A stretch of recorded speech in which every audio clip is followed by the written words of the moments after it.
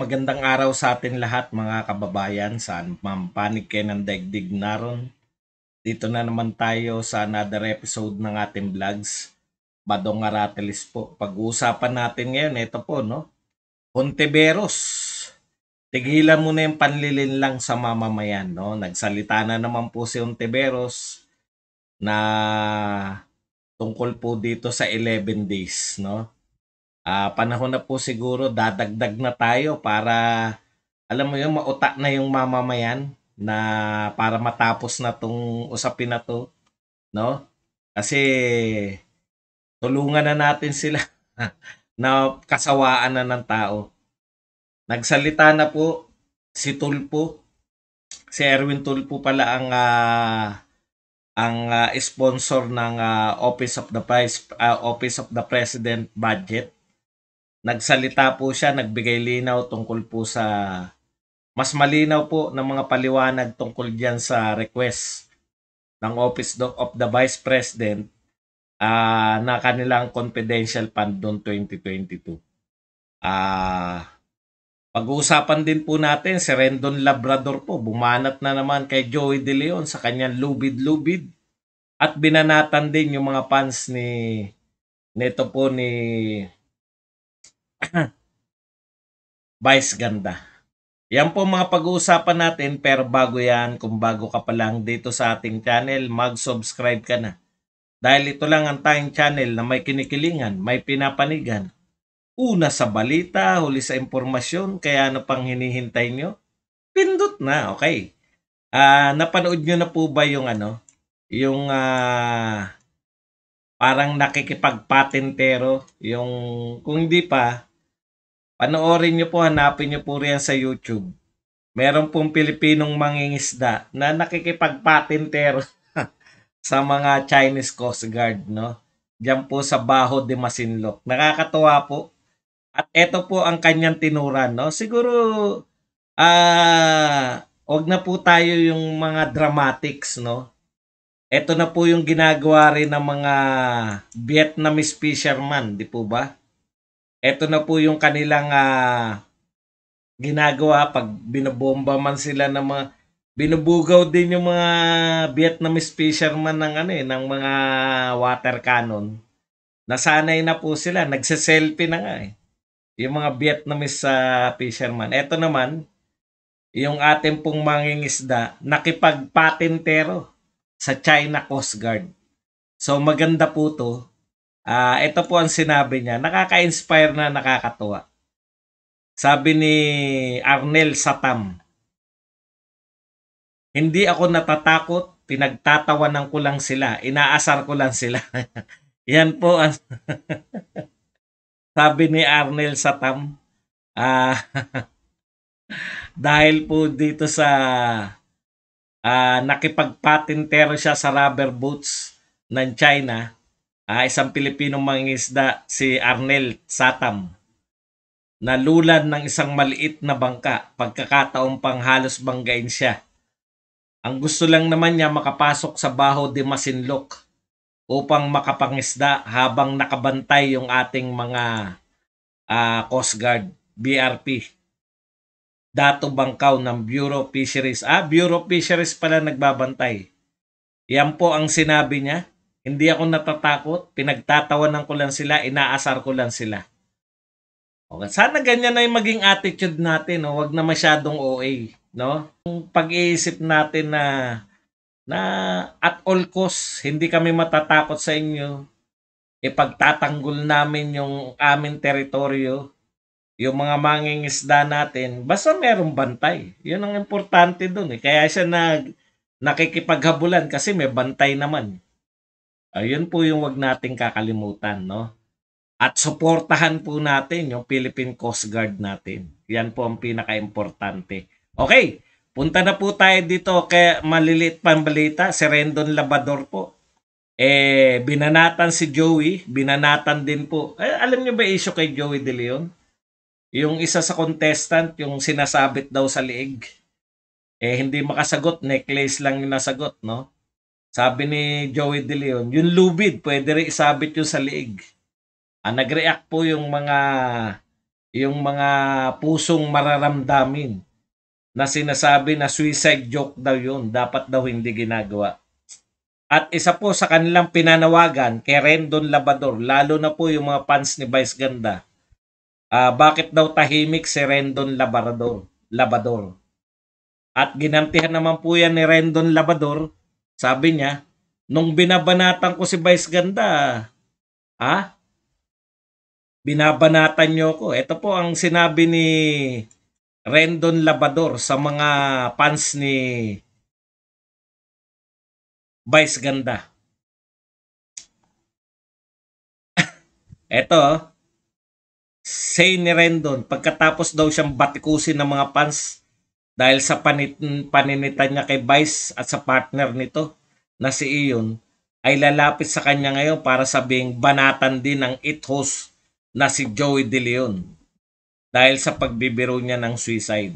Iyan po, no? Ito,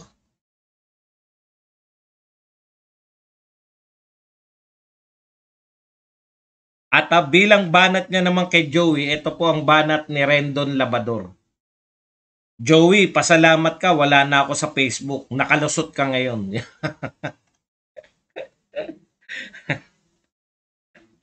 Hirit pa ni Labrador, nagalit kayo sa akin dahil idol ninyo, sinita ko. Yun si Vice Ganda. Tapos lalapit din kayo para iboses na maitama ang mga mali. Ako ang nag-iisang tao sa Pilipinas na nagsasabi ng katotohanan para maitama ang mga mali. Galit pa kayo sa akin. Sino na ngayon na may lakas ng loob pumuna sa mga yan? Pagmamalaki pa ni Rendon Labrador. Palakpakan natin si Rendon. Okay, punta na po tayo, no? Eto lang po yung kwento natin dyan, no? Mamaya po natin, ihuli po natin si Risa Hontiveros, no? Ito po muna yung sa ingay po ng buong media ngayong araw tungkol sa 11 days. I-real talk po natin. Ano po ang pinakasimpleng paliwanag natin? Ayon po kay Erwin Tulfo, si Erwin Tulfo na ang ano natin, ang pagbatayan kasi mahirap pag tayo lang.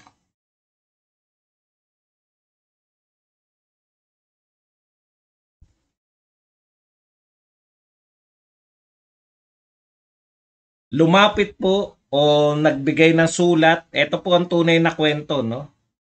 Baka bukas issue na naman sa media to. Lumapit sumulat si Vice President Sara Duterte, humihingi ng 250 million. So nabasa po to, personal na basa to ni Pangulong Marcos at binigay po sa DBM. Kalahati lang po yung nag-grant, 125 million pesos. Yan po yung inaangal nila na ginastos ng 11 araw. Okay. Ito po ang tanong. So nag-request po yung Vice po, tigilan na po natin yung mga drama, no? Hontiveros. Mamaya pakinggan natin kung paano magdrama si Hontiveros. Ito po yung actual na naganap. Nag-request yung Office of the Vice President ng pondo, binigyan ng Pangulo through DBM. Nung dumating yung pondo December, ginastos po yung pondo. Legal po ba ito? Meron po bang nilabag na probisyon ng konstitusyon? Ayon po sa Executive Secretary si Bersamin na nagkataong dating Chief Justice ng Supreme Court, ito ay legal. Ayon po kay Tulfo, Erwin Tulfo, na siya pong sponsor ng bill, ito po ay legal. Ayon po kay Congressman Kimbo, na sponsor ng bill ng OBP budget, ito po ay legal. Pero ang pinakamatindi pong nagsabi na ito ay legal ay walang iba kundi ang COA. No? Siyempre, sasabihin nyo, lahat naman yan kampi sa Pangulo dahil mga tauhan nila yan, di ba?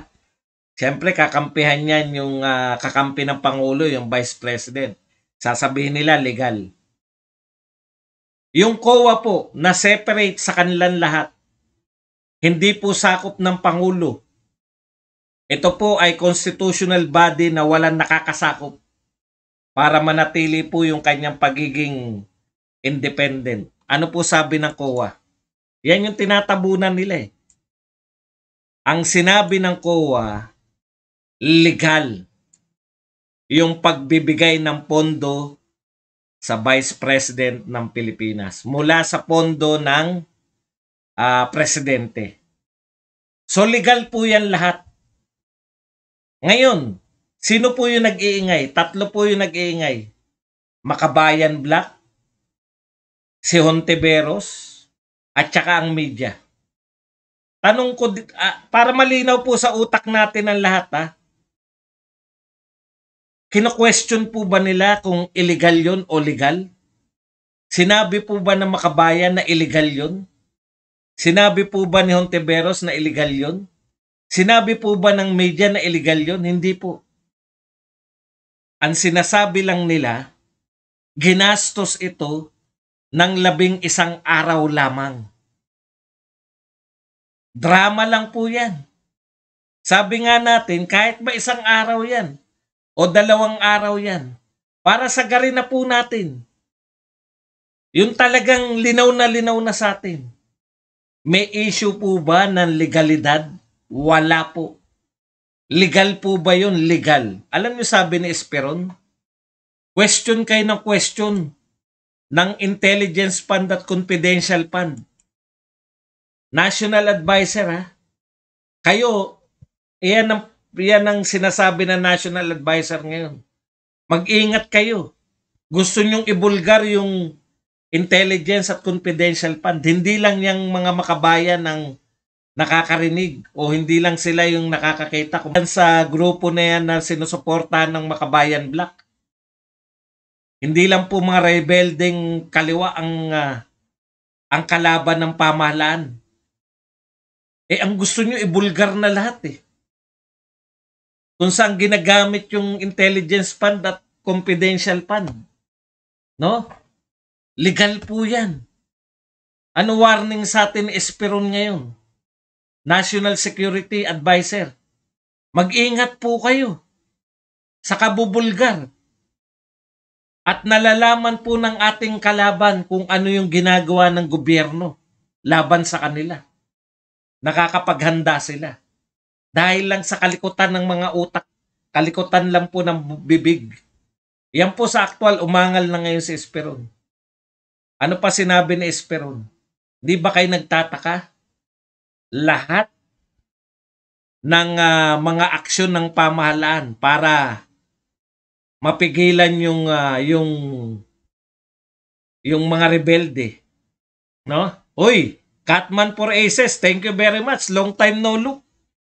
Kape-kape muna dyan. Thank you very much sa pakape. Catman for Aces. Yan. Maraming salamat. Pupunta ka ba sa Japan? Mira lang, mira. Mura yung tanong. Okay. Confidential. Ito yung sundalo to si Catman for Aces. Hindi po binubulgar yan. Kaya nga confidential Pero gustong lahat tayo, no? Pati yung may mga nagko-comment dito na bakit hindi ipaalam? Delikado po sa national security.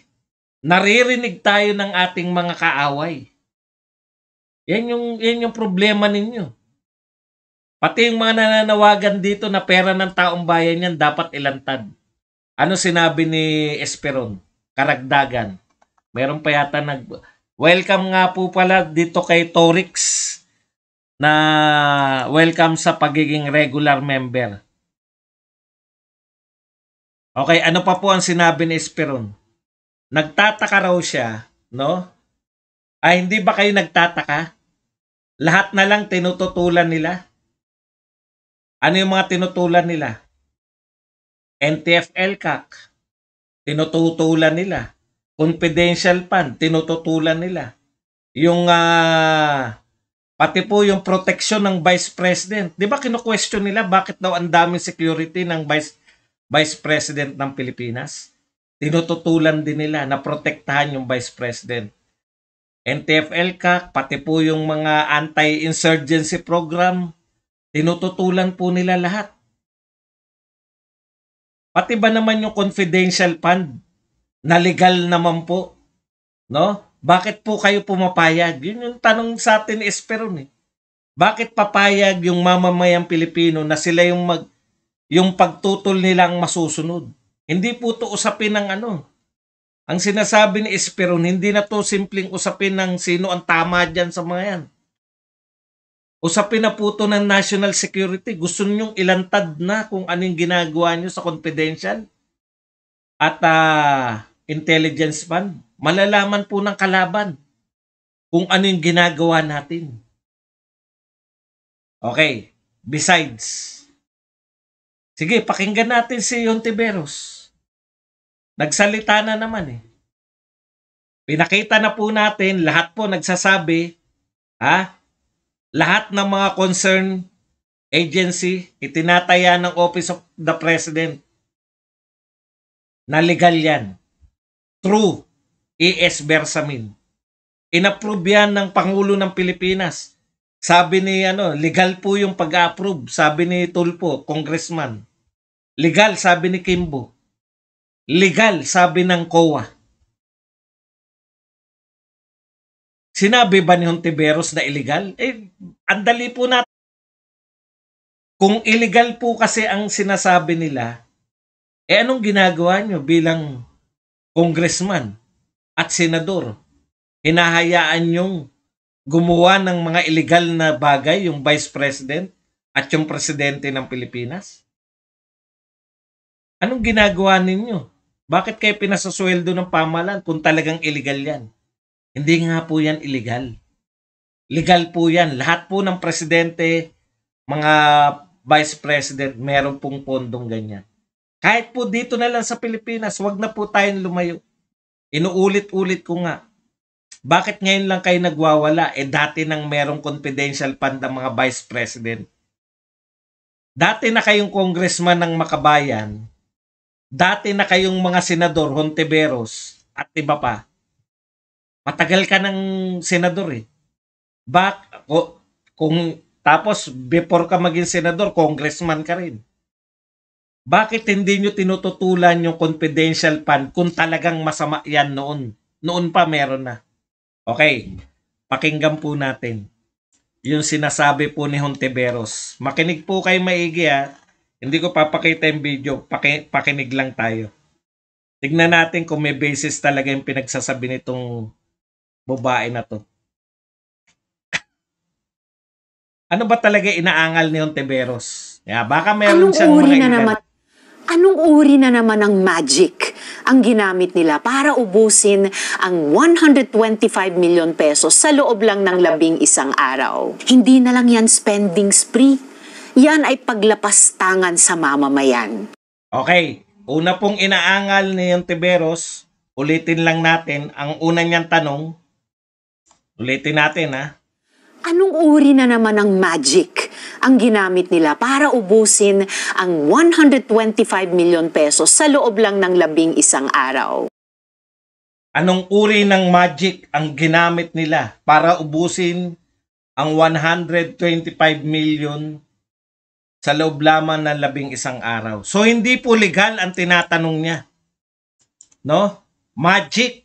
Anong uri ng magic? Puta, mahirap po yan. Ako po, tagapagtanggol ako ni Vice President Sara Duterte. Hindi po ako inassign, wala po nag-utos sa akin, kusa po akong pinagtatanggol ko ang ating Vice President. Pero mahirap pong sagutin to.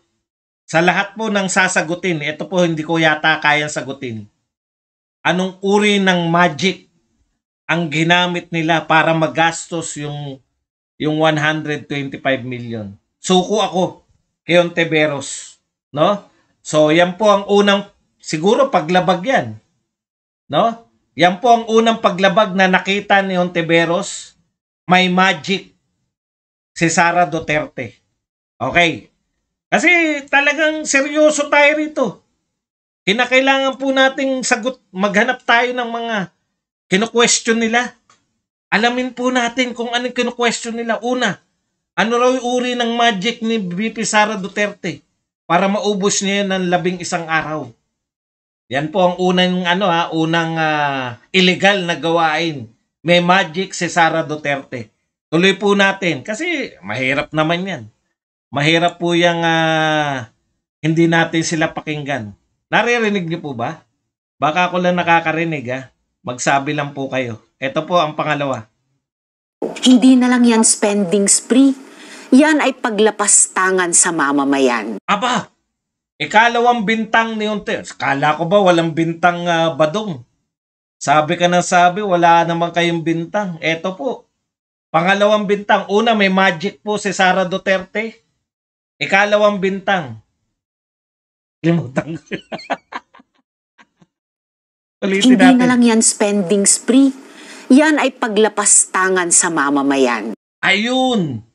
Hindi po yan spending spree, paglapastangan sa mamamayan. Kung yung ginastos mo, yung hiningi mong pondo, ulitin ko lang humingi ng pondo si Vice President, binigyan siya ng pondo.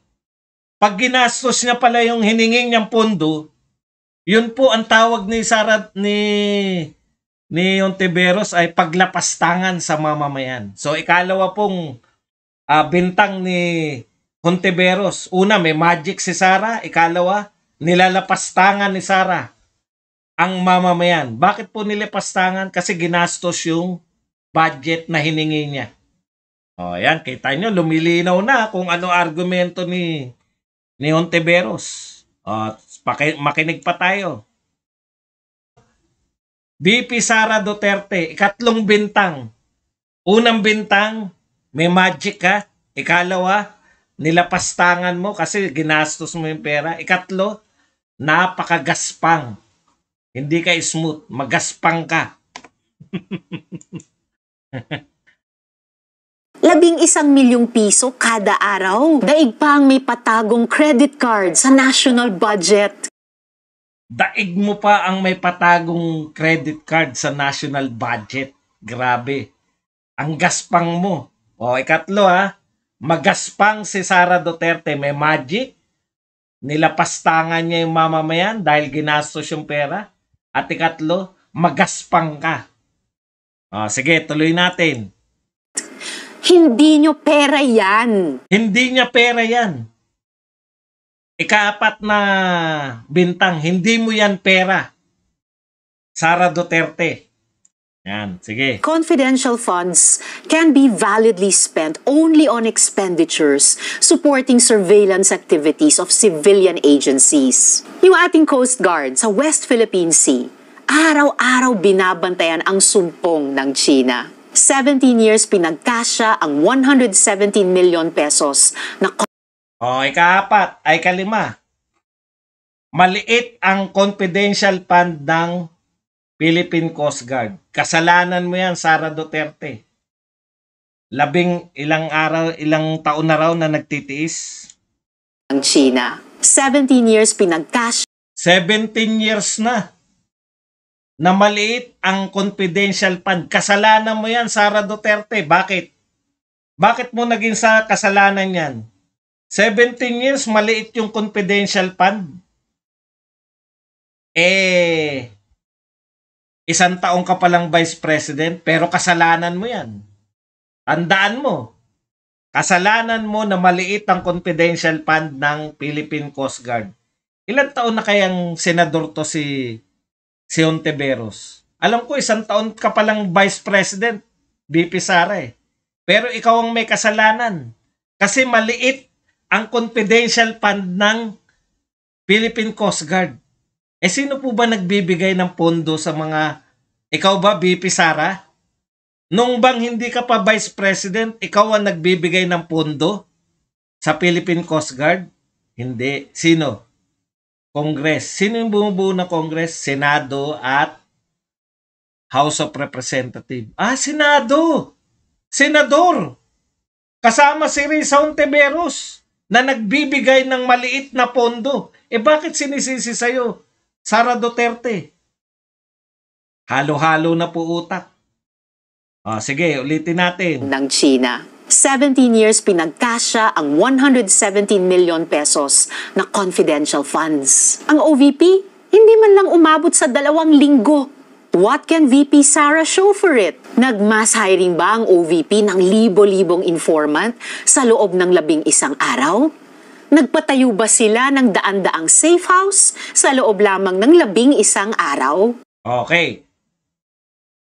Nagpatayo ba ng safe house? Nag-hire ba ng mga ahente? Hindi ko alam ang sagot. Ikaw ba, Antiveros? Alam mo ang sagot?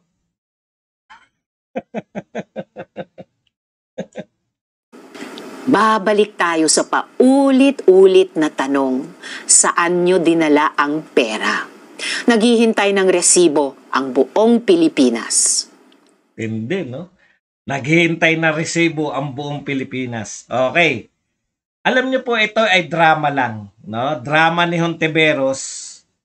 Mas maganda kung nakikita nyo, kaya lang baka mabatas na ako, no? Drama lang po yan ni Hontiveros. Isahin po natin ang pakinig, buuli.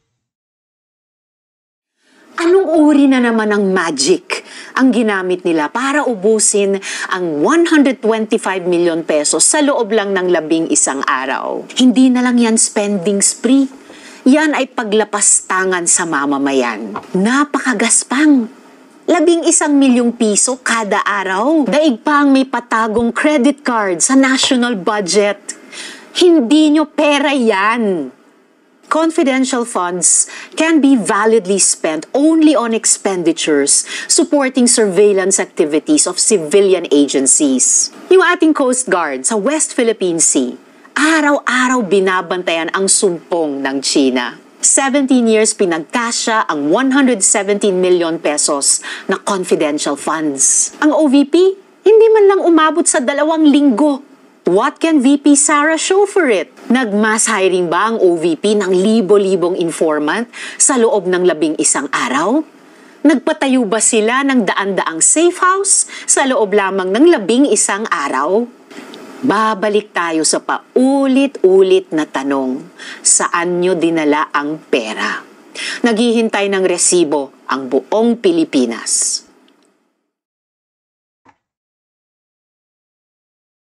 Okay, no?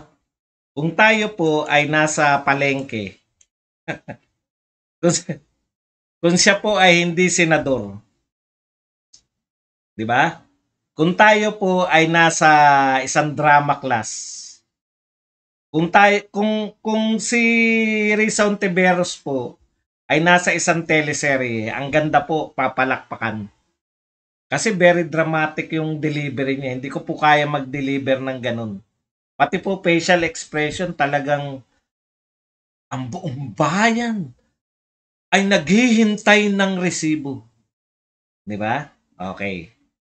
Ngayon, balik po tayo dahil kayo po ay senador. Okay po yan, maganda po yan, pang gulat kung kayo ay dramatic actress.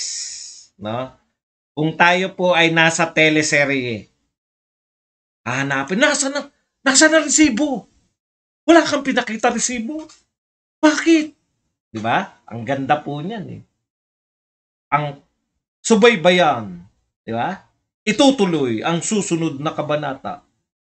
May maipapakita kayang resibo? Meron kayang maipapakitang mga, ano yung sinabi niya? Mga tao na nirecruit. Abangan ang susunod na kabanata. Kaso wala po tayo sa drama Di po ba? Kayo po ay senador. 2 lang po yan. No? Balik po natin sa katotohanan. Kasi anong magic? Ang gaganda pong salita yan Pero lahat po yan ay salita. Bilang senador po, ang pinag-uusapan natin dito, no, ay batas. Hindi po magic, hindi po resibo, hindi po yung nasaan, saan mo dinala. Wala pong ganun no? yung batas po. Kasi senador kayo eh. Pwedeng may pumasok sa akin dito at magtanong ng mga tinatanong mo. Kasi curious siya eh. Mamamayang Pilipino siya. Kami ngayon na magtatanong sa iyo. Bakit nyo po tinatanong? Hindi po ba senador kayo? Hindi ba trabaho ninyo na alamin kung yung ginagawa o yung may pondong malaki? Sinasabi nyo 11 araw ginastos. Kanino pong katungkulan na alamin kung legal ba o illegal yung paggastos? Sa amin po ba? Sa amin po bang mga mamamayan na naghahanap na resibo? Hindi po. Trabaho mo yan bilang senador. Total, pinahihiwatig mo. Lahat po yan pahiwatig eh. Pinahihiwatig mo na rin lang na mayroong katiwalian na nagaganap. Dapat naghanap ka na ng ebidensya na may katiwalian. Kasi senador po kayo eh. Sino po maghanap? Kami? Para sa'yo? Ibigay mo pondo mo sa akin, ako maghanap. 11 days ba? Bigay mo sa akin yung 11 days mong pondo.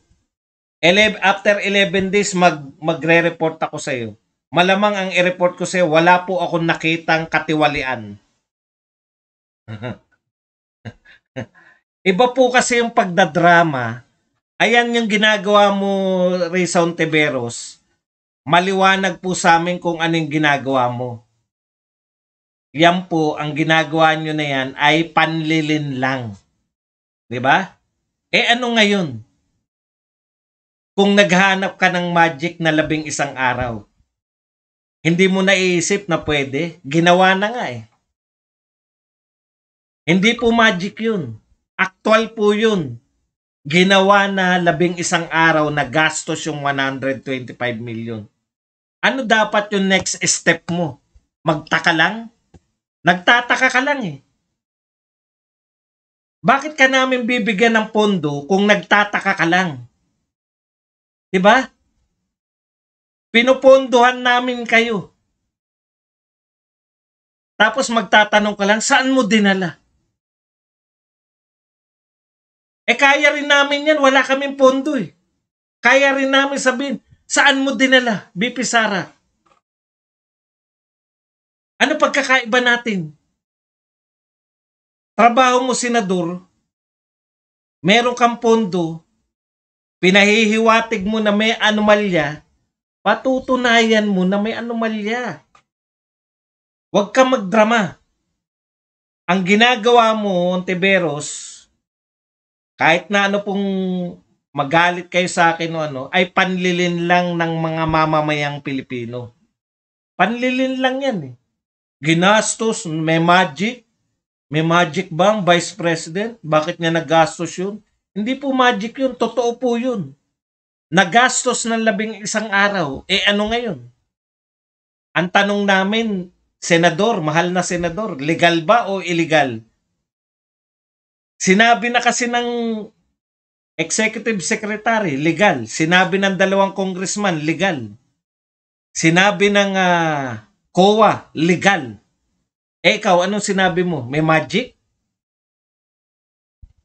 Ginastos ng 11 araw, may magic? Hindi mo kami madadaan sa drama. Wala nang drama ngayon. Kung magdadrama ka lang, sayang ang pondo. Is either patunayan mo na merong... Kasi kung magsalta, parang may karumal-dumal na krimen. Sayang po ang pondo ng mamamayan. Kung imbes na magpaliwanag kayo kung may... Nalilito po yung taong bayan eh. Sa totoo lang po, kami malinaw sa amin. Legal ang lahat. Walang illegal. Ikaw, nililito nyo. Nililin lang nyo yung taong bayan eh. Ang tanong ko po, direkta. May pondo kayo, milyon-milyon. Isa lang ang tanong ko, legal ba o illegal? Ang gastosin niya ng 11 araw.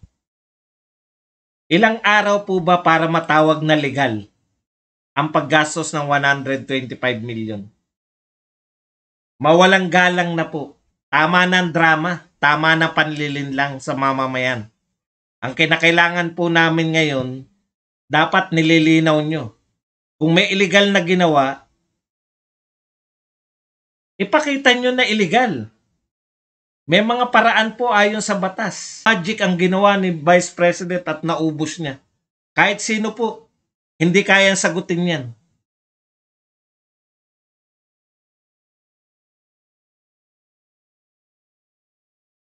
Tigilan natin ang panlilinlang sa mamamayang Pilipino. Sabihin nyo kung may illegal na ginagawa at patunayan ninyo para kami, hindi kami nalilinlang. Matagal nyo na kami nililinlang eh. Hanggang ngayon, nililinlang nyo kami sa martial law. Hanggang ngayon, nililinlang nyo kami sa EDSA eh. Hindi na ubra sa amin yan ngayon. Kung walang illegal, nagastos yung pondo, tama ang pinagkagastosan, dapat bigyan nyo ng award si Vice President Sara Duterte. Dahil 1 taon pa lang siya bilang Vice President, gusto niya nang tapusin yung insurgency problem natin. Ikaw, ilang taong ka ng senador? Ilang taong ka ng congressman bago maging senador? Ilang taong ka ng pinasosweldo ng pamahalaan? May objective ka bang tapusin yung insurgency? Yung mga katulad ni BP Sara, hindi po yan pinagbibintangan. Ang mga katulad niya, pinararangalan dahil nagtatrabaho. Gusto niyang matapos yung problema ng Pilipinas.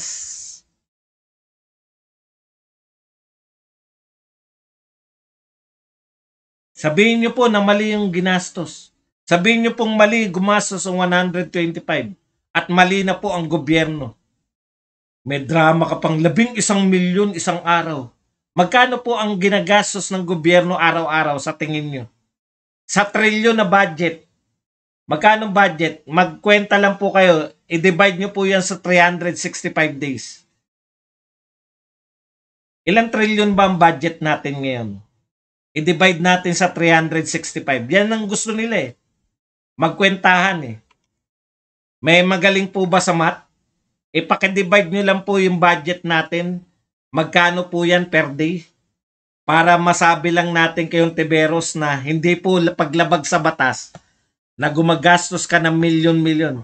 Tinitiyak ko na milyon per day ang gastos ng pamahalaan. Ibig sabihin, may kalokohang ginagawa yung presidente dahil milyon a day ang ginagastos. Yan po ang pinakawalang kakwenta-kwentang argumento. Wala nga kayong binibintang. Ha? Ginastos? Anong magic? Magaspang. Pakinisan kayo ng mukha, hindi ka man.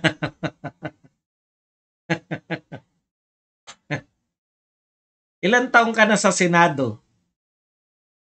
Kinakatwiran nila yung Coast Guard eh. Si BP Sara ba? Ano ba siya dati? Mayor. Siya ba nagbabudget sa Coast Guard? Hindi. Sino? Kayo. Pati yung pambabarat nyo sa Coast Guard, ibibintang nyo kay Sara Duterte. Ibabalik lang namin sa inyo. Nagtiyaga ang Coast Guard sa maliit nyong budget. Bakit hindi mo nilakihan ng Coast Guard? Dapat. Pero bakit mo inuugnay kay Vice President yan? Kayo tagagawa ng budget. Kayo nagbabudget. Hindi, kaya nga gusto namin ilipat yung budget ng Office of the Vice President. Nung panahon ba ni Binay, nilipat nyo?